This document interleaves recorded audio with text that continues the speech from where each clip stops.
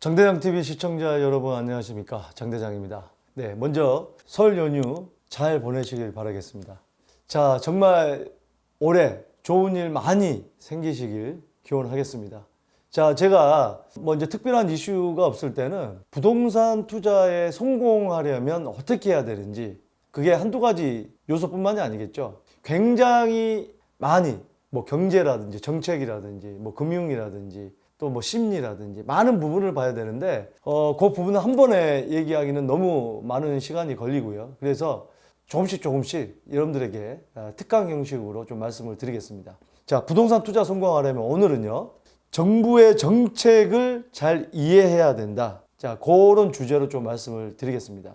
자, 우리가 교과서적인 얘기입니다만 정부의 정책을 잘 편성해야 된다. 파도가 치는 곳을 같이 타고 가야 되지 파도가 치는 곳을 향해서 가면 안 된다. 이런 얘기가 있습니다만 그건 정확한 표현은 아닌 것 같습니다.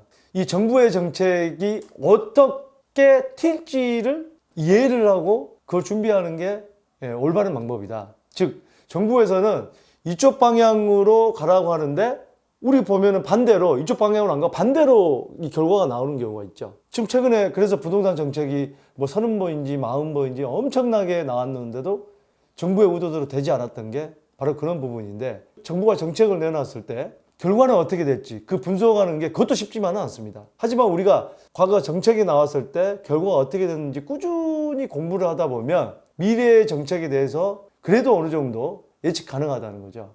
최근 사례를 한번 보도록 하겠습니다. 자, 도심복합사업. 이거 지금 어제도 발표를 했습니다만 이사대책에서 권리산정일을 원래 이사대책 이후에 어떤 신규 주택 그 쪼개기를 방지하기 위해서 신규로 다세대를 지어서 취득한 거나 이런 부분에 대해서는 그 조합원 자격을 주지 않고 현금 청산하겠다. 즉, 이 권리산정 기준일을 이사대책으로 그때 잡았었는데 향후에 그때 문제가 돼서 6월 29일로 잡았었죠. 자, 중요한 건 뭐냐면 이 도심복합사업이 8차까지 발표를 했습니다만 9차, 10차 계속해서 지금 절반 정도를 발표했다고 하니까 나중에 발표한 것도 권리상정일이 2021년 6월 29일이 되는 게 문제라는 거예요. 자, 여기서 또 문제 하나는 특히 도심복합사업은 자, 그 관련 법을 정확하게 제가 또 나중에 말씀드릴 기회가 있겠습니다만 구축 같은 경우도 매매를 할 때 문제가 된다.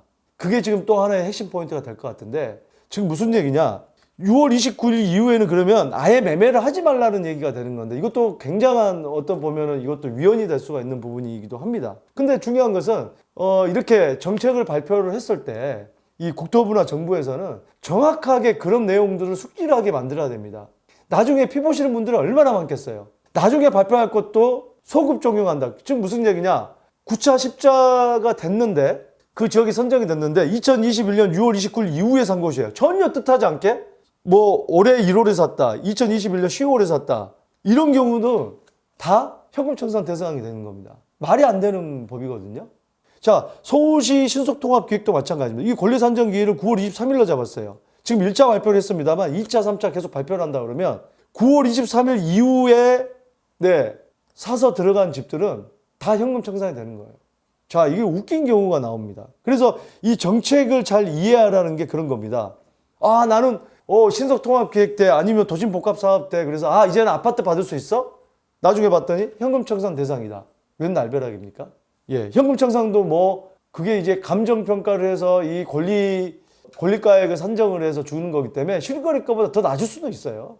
그래서 이런 정부의 정책이 나왔을 때 그러면 이런 정책 같은 경우는 어떤 파장을 일으킬 것이냐. 제가 방송에서도 몇 차례 말씀을 드렸습니다만 매매를 위축시키는 거죠. 신축 공급이 안 되고 또 매매도 안 되고 기존 주택도. 자, 그러면은 우리가 항상 그렇습니다.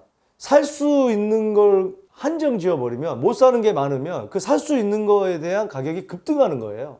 이런 부작용이 나오는 겁니다. 자, 이런 부분에서 정책을 잘 이해하라는 첫 번째 얘기는 자, 이런 부분을 말씀드리고, 그래서 이 정책이 나왔을 때 어떤 파장이 나올 것인지, 어떤 영향을 미칠 것인지 거기에 대해서 항상 이해를 해야 된다는 거죠. 우리가 2020년 6.17 대책에서 투기과열 지구 내에서 3억 초과 아파트를 매수하면 전세 대출을 해소한다. 그때 왜 이런 대책이 나왔죠? 전세 대출을 받아서 다른데 또 갭 투자를 하더라.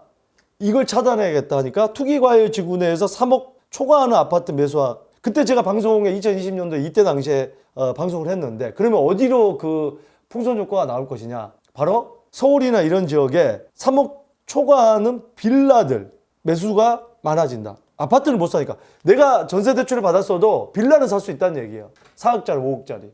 그래서 결과적으로 어떻게 됐습니까? 빌라의 매매 건수가 아파트를 초월하는 현상까지 나왔습니다. 서울은. 경기도권도 아파트 이 거래 건수보다 빌라 거래 건수가 급증하는, 어떤 비율이 급증하는 그런 양상이 나왔어요. 근데 그게 맞아떨어졌잖아요. 이렇게 정책이 나왔을 때 이 풍선 효과가 어디로 갈 것인지, 어디가 안 좋은 효과가 나올 것인지 정책을 잘 이해하고 분석할 줄 알아야 된다는 얘기죠. 자, 주택임대사업자. 현 정부 들어서서 주택임대사업자 등록의 혜택에 대해서 얘기했어요. 정부는 어떤 꿈을 꿨었죠? 이거 주택임대사업자 등록을 많이 하기 위해서 거표면적으로는 바로 이 세입자, 서민을 위한 정책을 펴면서 이런 정확하게 세수를 걷어가는 그런 목적이었는데 어떻게 됐습니까? 그때 당시에 주택임대사업자가 좋은 거야, 안 좋은 거야? 갸우뚱 하시는 분들 많았어요. 나오자마자 저는 무조건 주택임대사업자를 해라.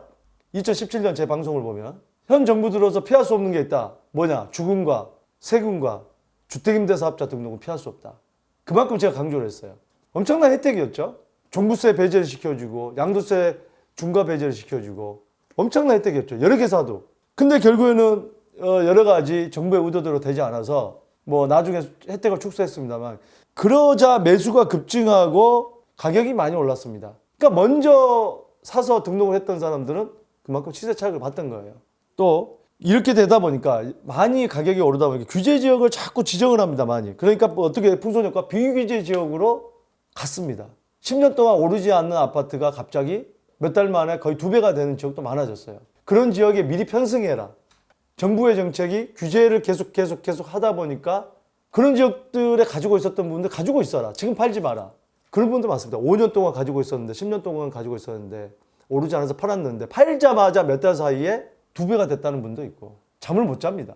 그건 이제 그만큼 정부의 정책을 잘 이해하고 준비를 해야 되는데 전혀 준비를 못했던 거죠. 자, 분양권도 마찬가지입니다. 분양권에 대한 양도소득세 뭐 규제를 이것저것 다 했습니다. 분양권도 1년 미만은 안 되겠어. 분양권은 쉽게 사고 팔 수가 있죠.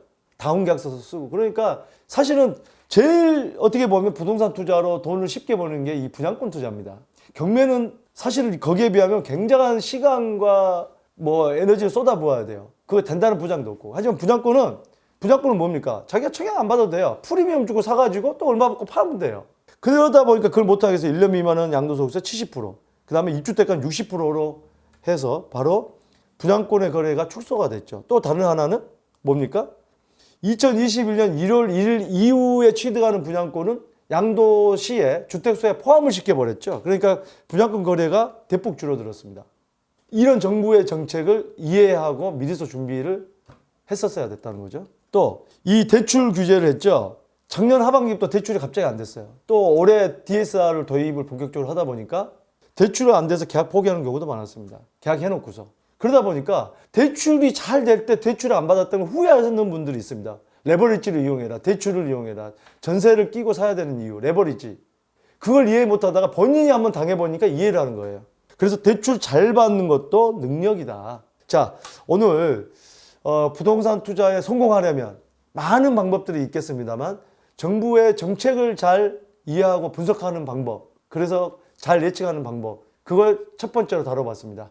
자, 오늘 이 영상이 여러분들 여러 가지 결정하는데 도움이 되셨길 바라겠습니다. 자, 올 한 해는 여러분들 부동산 공부를 열심히 하셔가지고 절대 실패하지 않는 성공하는 부동산 투자 되시길 바라겠습니다. 감사합니다.